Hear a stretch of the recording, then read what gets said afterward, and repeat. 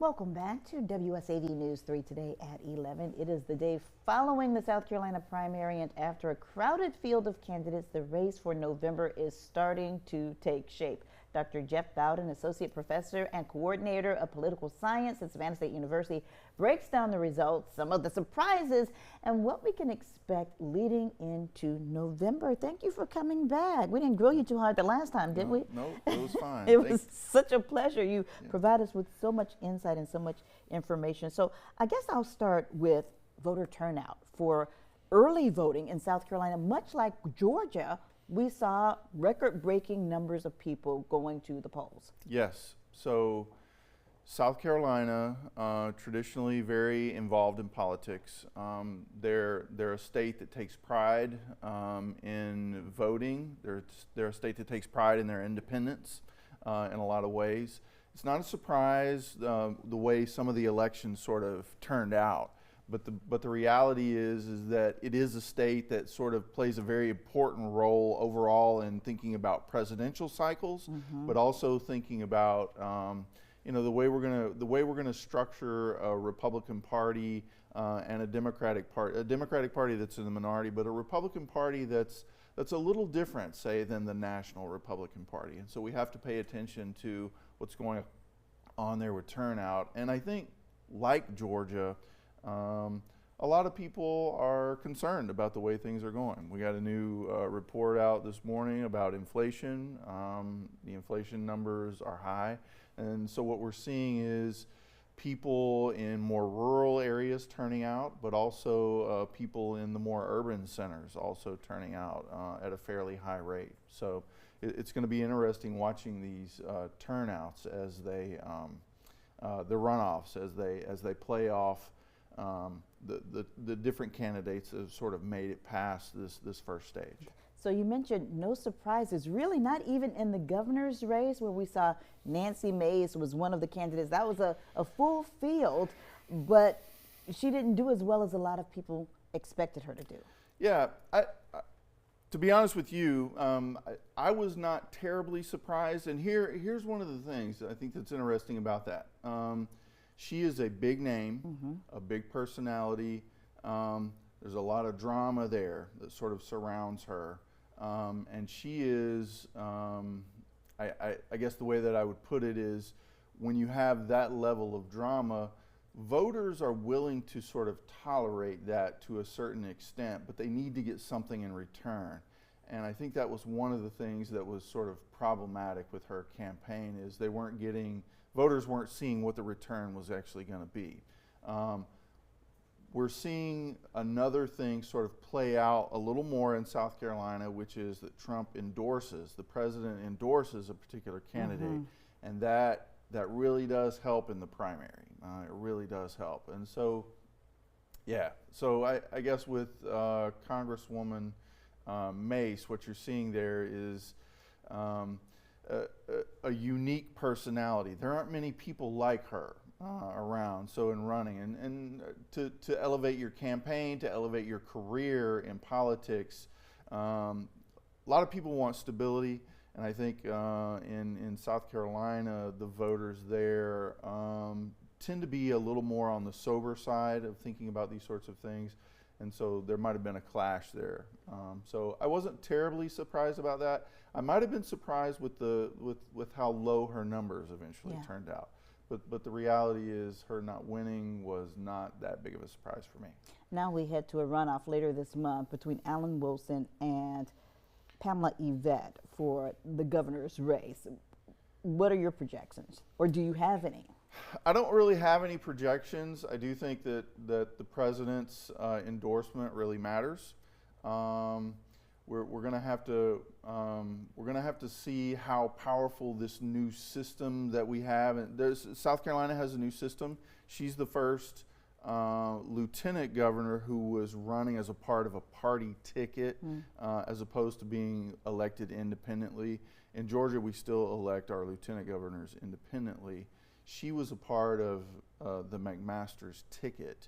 And so we'll see how that sort of alliance sort of plays itself out in politics. And so I think there, she has a very powerful chance. And one of the reasons why I think she has a very good chance is South Carolina has already made it clear that they're willing to elect a woman to be governor of the state.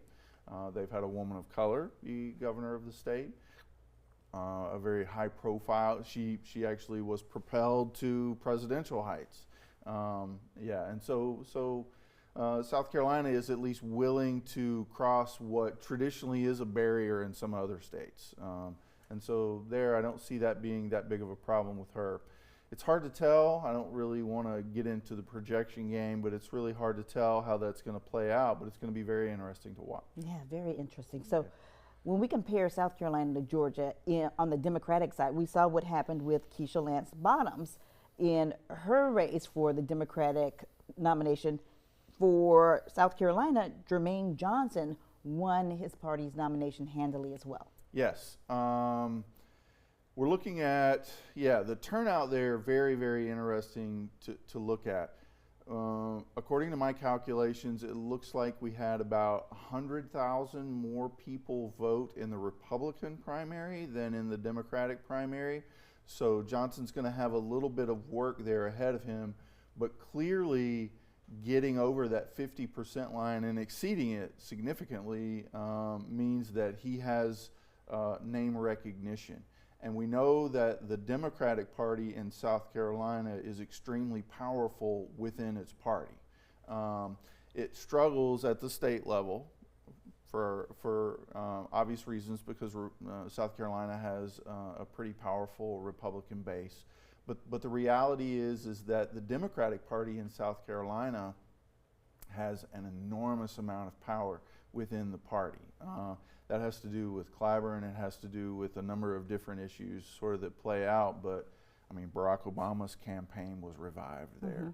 Joe Biden's campaign was revived in South Carolina, and all that really, really does matter. And so the fact that he's already well above 50% means that the name recognition is there, and we'll see how far he can take it. Okay, so now let's go to the first congressional district, which was Nancy Mace's seat. 20 candidates in that race? Yeah, open seats. Open seats. People go for that.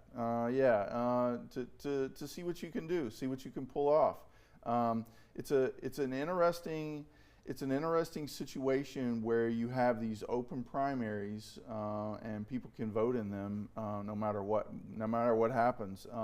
The 20 candidates, you're going to see a lot of division, and what moves us in that direction is trying to figure out how you're going to collate names in those particular situations. How are you going to actually bring about pulling in alliances where you can bring in the voters of one candidate who's not going to move on to the primary?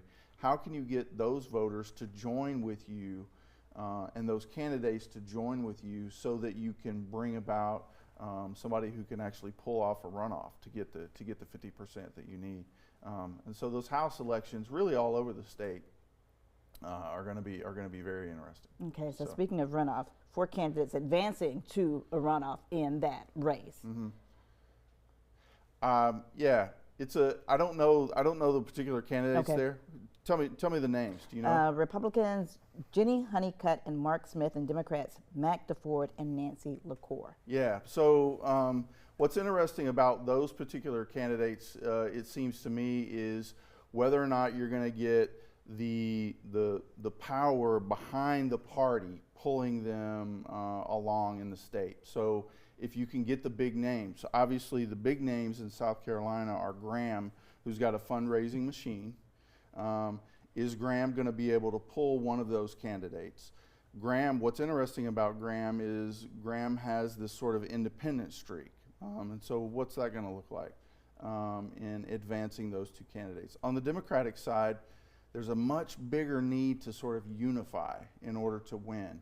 And so that's what I'm looking for in trying to pull off both of those runoffs. Of course, many more questions to come in our second half of this interview. Thank you so much. I was getting into Lindsey Graham before I even mentioned it. You started it off, but we'll be back to talk about Georgia's runoff, which is coming up next week, And also, we'll still touch on South Carolina, some unfinished business there. Thank you so much for joining us.